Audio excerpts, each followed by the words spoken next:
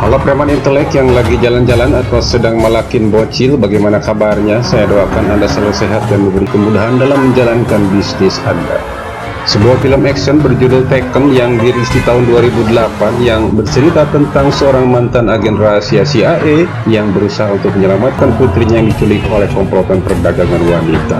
Film ini dibintangi oleh partner saya dulu bernama Liam Neeson yang sudah pasti akan dipenuhi dengan adegan perkelahian sedikit menjurus brutal. Anda penasaran? Langsung saya siapkan si kopi, bala-bala, gehu, dan sebang saning gorengan. Selamat menonton dan...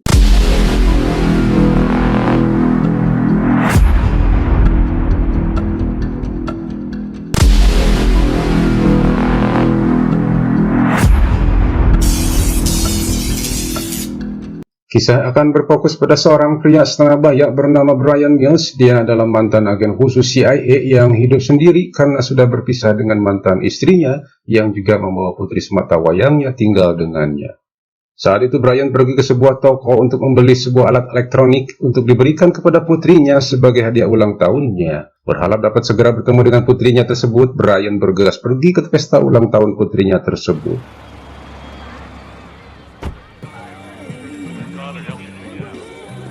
Di sana beliau bertemu dengan mantan istrinya yang bernama Lenore tapi suka dipanggil Lenny, yang sudah melepas status jandanya dengan menikahi seorang pria yang kaya raya. Tidak lama kemudian muncullah putri kesayangannya yang bernama Kimmy, biasa dipanggil Kim. Ini anaknya. Brian sangat menyayangi putrinya itu sehingga dia rela melakukan apapun untuk membuat putrinya itu bahagia. Tidak lama kebahagiaan sang ayah itu berlangsung. Muncullah sang ayah tiri Kim sambil membawa hadiah kuda hitam yang langsung disambut Kim dengan sukacita. Brian nampak memperhatikan putrinya itu, dan sekalipun nampaknya Kim lebih senang dengan hadiah dari ayah tirinya, namun Brian cukup senang melihat anaknya itu mendapatkan kebahagiaannya. Hey Brian. Sure. Good to see you, Brian. You too.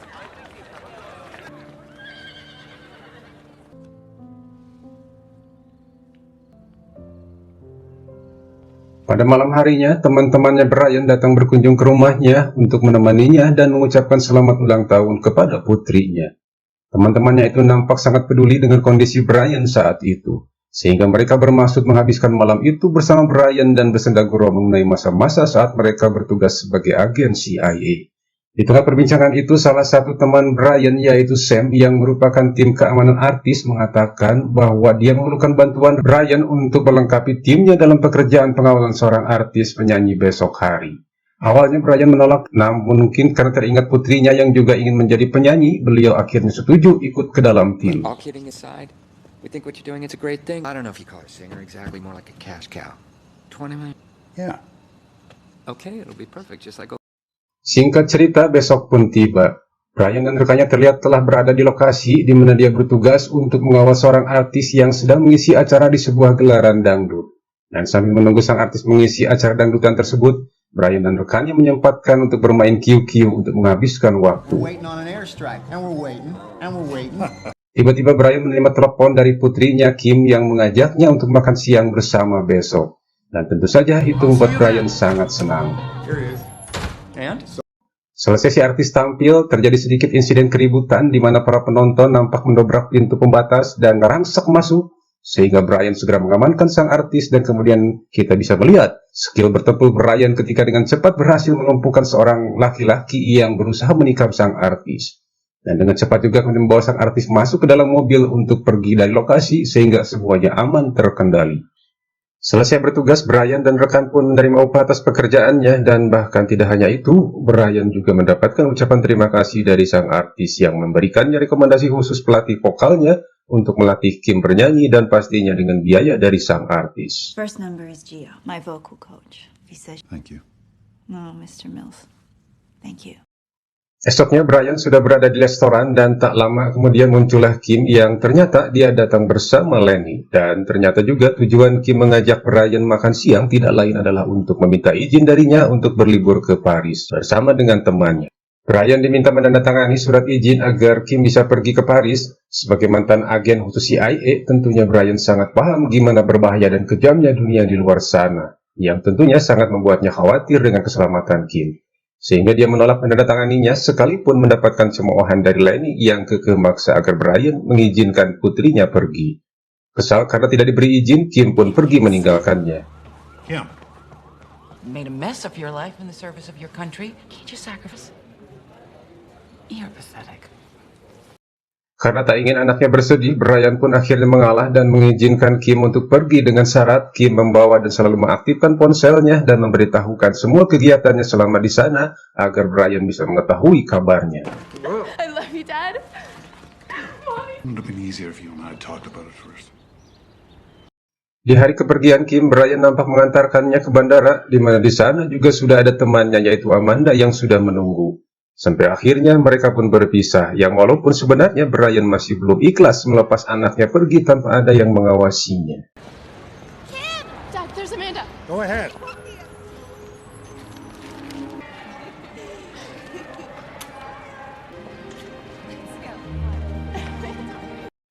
Singkat cerita, Kim dan temannya sudah sampai di Paris, di mana di sana mereka bertemu dengan seorang pemuda bernama Peter yang menawarkannya memfoto mereka berdua menggunakan ponsel milik Kim. Mereka pun saling berkenalan. Peter kemudian menawari mereka untuk berangkat menggunakan taksi yang sama, karena kebetulan tujuan mereka juga sama. Setibanya di hotel, Peter pun langsung pamit. Sementara Kim dan temannya juga langsung masuk ke dalam kamar hotel. Dan sebagai hiburan, kemudian Amanda memutar musik dengan sangat kencang. Ok, see you tonight.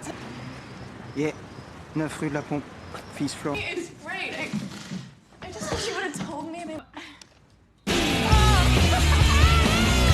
Dan sementara itu, Brian nampak berusaha untuk menghubungi Kim melalui ponselnya, namun tidak terdengar oleh Kim karena bising dengan suara musiknya. Tentu saja hal itu membuat Brian sangat khawatir dan untunglah setelah kesekian kalinya dihubungi, akhirnya Kim mengangkat ponselnya. Dan karena terganggu suara musik yang bising, Kim kemudian berpindah ke bagian lain di kamarnya itu. What's the number? Kim, is there anything else you want to tell me? Dan kejadian selanjutnya sungguh sangat mengejutkan Kim, di mana kemudian sambil berbicara di telepon dengan ayahnya, Kim melihat dua orang pria asing nampak masuk ke dalam kamar mereka dan kemudian menculik Amanda temannya, sehingga membuat Kim sangat ketakutan. Mengetahui anaknya sedang dalam bahaya, Brian tidak ikut-ikutan panik atau segera menghubungi bapak polisi, melainkan segera merekam percakapannya dengan Kim. Nampaknya Brian sudah bisa memastikan bahwa anaknya juga akan ikut diculik oleh orang asing tersebut. Segera saja Brian menyuruh Kim untuk bersembunyi di kolong kasur dan kemudian memberikan instruksi agar Kim meneriakkan tentang identitas atau ciri-ciri dari orang asing tersebut jika Kim ikut tertangkap. Dan saat kedua orang asing itu datang ke tempat Kim, Brian pun meminta Kim untuk mendekatkan ponselnya ke orang tersebut agar bisa mendengar apa yang mereka katakan. Dan tiba-tiba, ya, Kim pun akhirnya tertangkap. Di saat yang sangat kritis tersebut, Kim pun kemudian berteriak dan mengatakan ciri-ciri penculiknya itu, yaitu berjanggut tinggi 6 kaki dan ada tato bulan bintang di tangan kanannya. Ani Brestash, Marco Ani. Must be.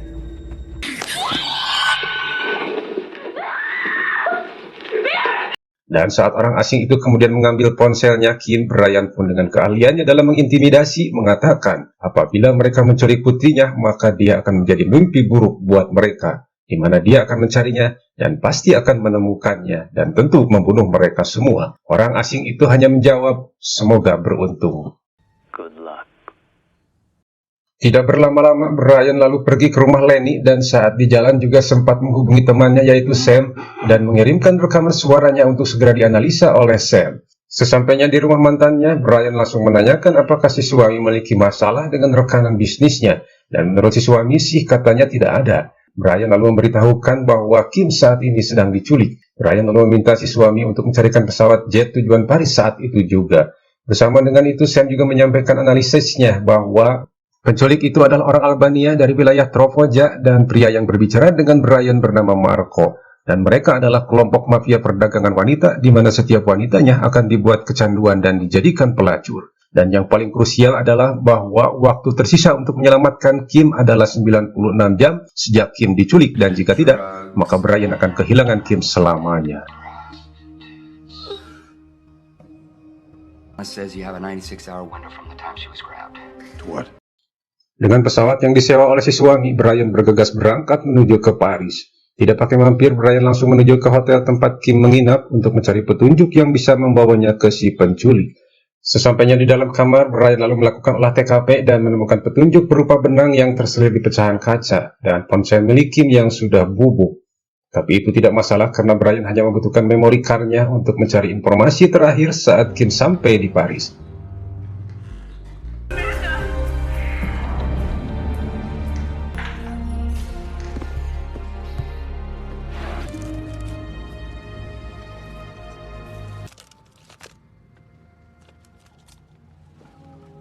Dan disinilah kemudian Brian memperlihatkan skillnya menganalisa informasi dengan sangat teliti sehingga bisa mengetahui foto wajah Peter dari pantulan kaca saat memfoto Kim. Dengan bekal pengalamannya di dunia intelijen, Brian sangat yakin bahwa Peter memiliki kaitan dengan penculikan putrinya. Brian pun pergi ke bandara untuk menyelidikinya dan ternyata benar saja, Peter adalah bagian dari komplotan di mana dia berperan sebagai informan untuk mengetahui lokasi korbannya menginap. Kemudian dengan jurus suntrungnya, Brian kemudian mendorong Peter masuk ke dalam mobil taksi dan memaksanya untuk buka mulut. Namun tanpa diduga, ada babaturannya Peter yang ikut campur dan mencoba ngadu jajaten dengan Brian. Setelah lawannya tikusruk, Brian harus kehilangan Peter yang sudah kabur menuju ke jalan flyover, dan karena saking takutnya Peter pun mencoba untuk loncat dari flyover tersebut. Namun naas, nasibnya harus mati tertabrak oleh truk kontainer.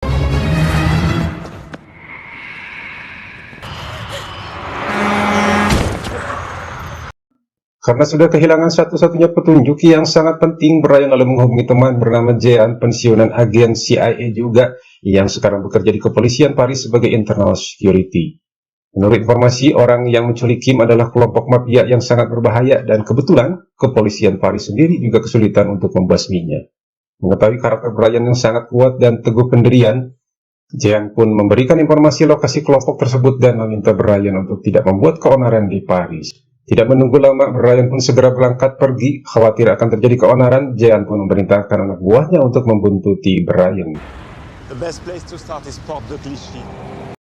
Dengan informasi dari Jean, Brian pun menuju lokasi bisnis komplotan tersebut yang ternyata itu adalah sebuah jalan di mana banyak sekali wanita-wanita yang dijajakan kepada pria hidung mancung. Dan sebelumnya beraksi, Brian juga menyewa seorang penterjemah untuk mendengarkan percakapannya. Brian pun lalu keluar dari mobil dan menghampiri seorang wanita penjajah cinta dan berpura-pura melakukan transaksi.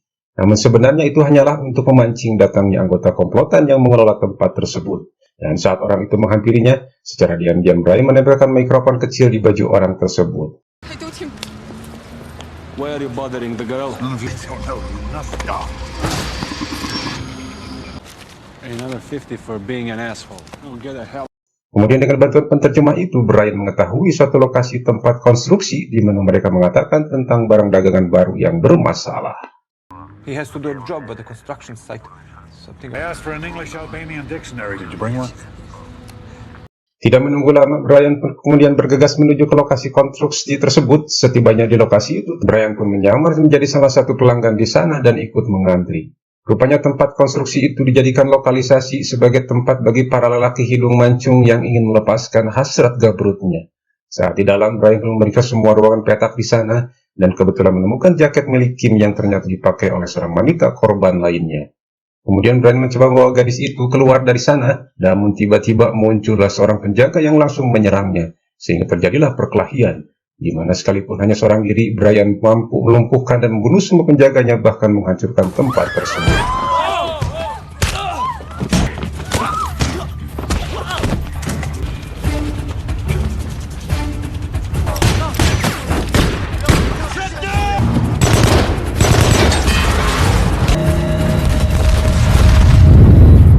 Brian membawa gadis itu ke sebuah kamar hotel dan merawatnya sampai pulih.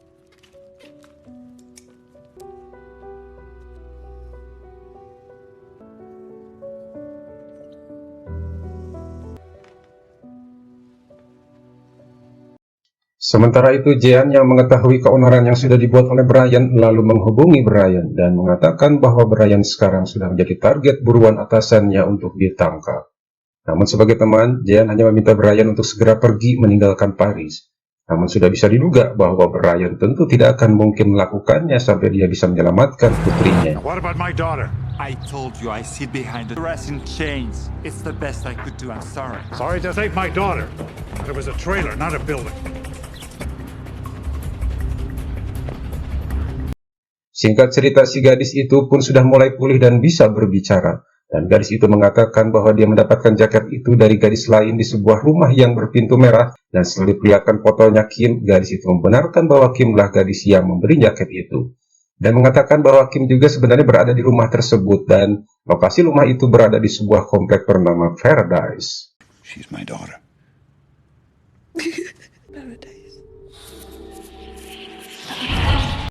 Berbekal informasi dari si gadis, Brian lalu pergi menuju ke rumah tersebut dan menyamar sebagai anak buahnya Jen. Brian lalu dipertemukan dengan ketua komplotannya dan ternyata mereka sudah bekerja sama dan membayar iuran kepada oknum kepolisian sehingga bisa menjalankan bisnisnya dengan aman.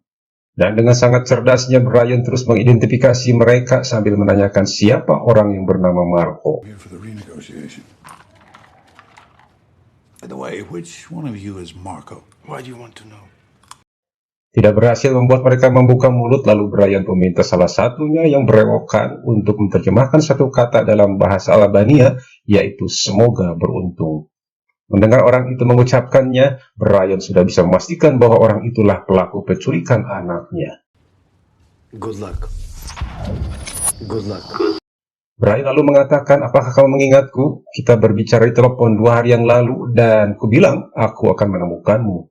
Seketika suasana pun menjadi tegang, sadar identitasnya sudah terbongkar, orang itu langsung menarik senjatanya, namun dengan cepat Brian melumpuhkannya. Dan terjadilah perkelahian di mana Brian kembali memperlihatkan skill bertempurnya yang sangat mematikan itu. Selesai melumpuhkan dan membunuh mereka semua, Brian pun lalu meriksa kamar-kamar di rumah itu dan dia menemukan temannya Kim yang sudah tidak bernyawa.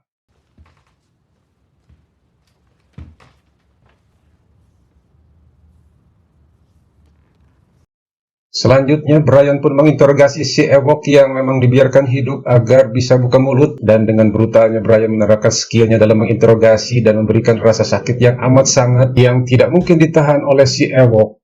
Ditusuk dengan besi, disetrum dengan listrik, dan mengintimidasi akan mencabut kukunya dan menetesinya dengan air cuka sehingga si Ewok tidak akan tahan rasa sakit yang amat sangat itu. Akhirnya si Ewok pun memberitahukan di mana Kim berada, yang mana itu berhubungan dengan orang yang bernama Saint Clair.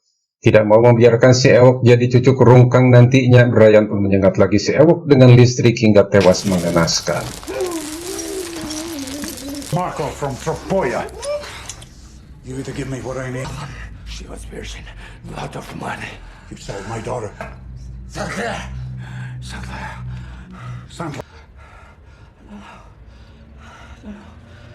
Karena tidak mengetahui siapa itu Saint Clair, Brian lalu mendatangi rumah Jean dan istrinya yang baru saja makan malam dengan anak-anaknya.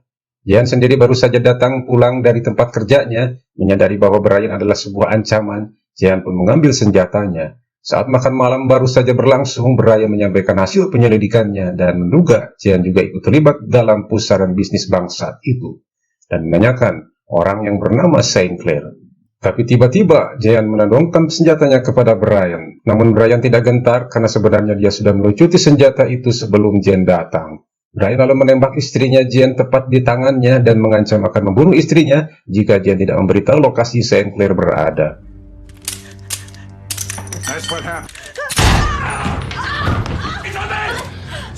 Setelah mendapatkan informasi wajah dan rumah Saint Clair, Brian pun segera pergi ke sana. Sesampainya di sana, Brian lalu masuk ke rumah tersebut dengan menyamar sebagai salah satu tamu untuk bisa bertemu langsung dengan Saint Clair. Setelah di dalam rumah itu, Brian lalu memeriksa beberapa ruangan dan betapa kagetnya dia karena ternyata rumah itu adalah tempat pelelangan para gadis-gadis pilihan untuk diperjualbelikan kepada orang-orang penting.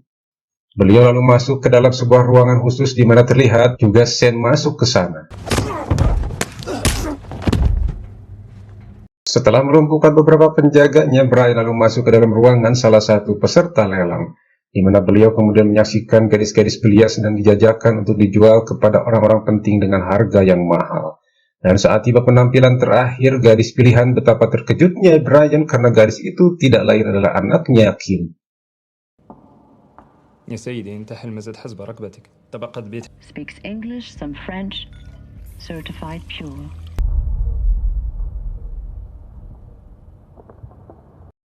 Brian lalu memaksa orang itu untuk membelinya berapapun harganya.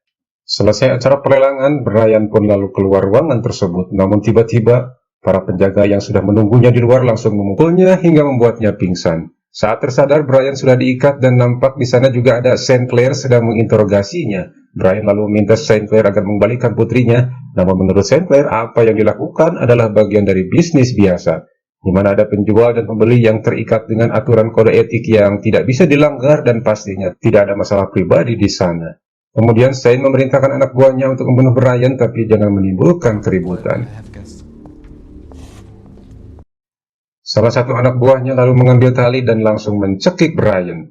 Dan dengan tenaga yang tersisa, sekuat tenaga, Brian akhirnya bisa merompalkan besi gantungannya sehingga berhasil melepaskan ikatannya.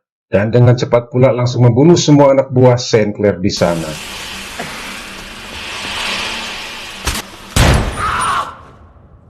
Would you please go see? Setelah itu, Brian lalu memaksa St. Clair untuk memberitahukan lokasi anaknya sekarang. Dan lagi-lagi, St. Clair mengatakan kalau semua ini hanyalah bisnis dan bukan masalah pribadi. Jadul sekali orang ini. Brian lalu pergi menuju ke lokasi yang disebutkan oleh St. Clair sebelum matinya, yaitu sebuah perahu di dermaga. Saat berada di luar gedung, Brian kemudian melihat si pembeli nampak masuk ke dalam sebuah mobil, dan langsung Brian pun berlari mengejarnya, dan ternyata mereka berhenti di dermaga dan masuk ke dalam sebuah perahu.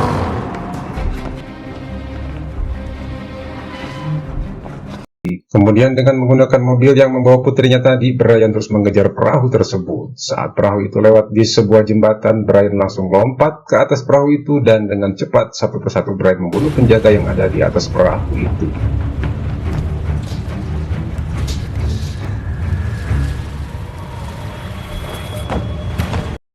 Penjaga lain yang sudah mengetahui keberadaan Brian langsung bersiap memberikan perlawanan. Namun bagi Brian, mereka semua hanyalah cucunguk kecil yang dengan mudah digeprek hingga tewas.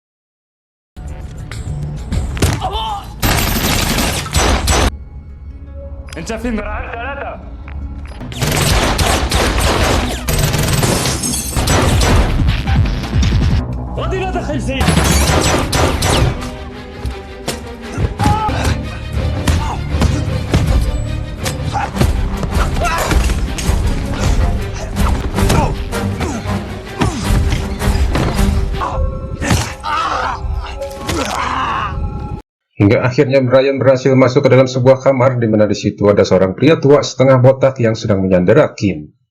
Tidak banyak basa-basi, busuk, Brian pun langsung menembak si botak itu hingga tewas seketika.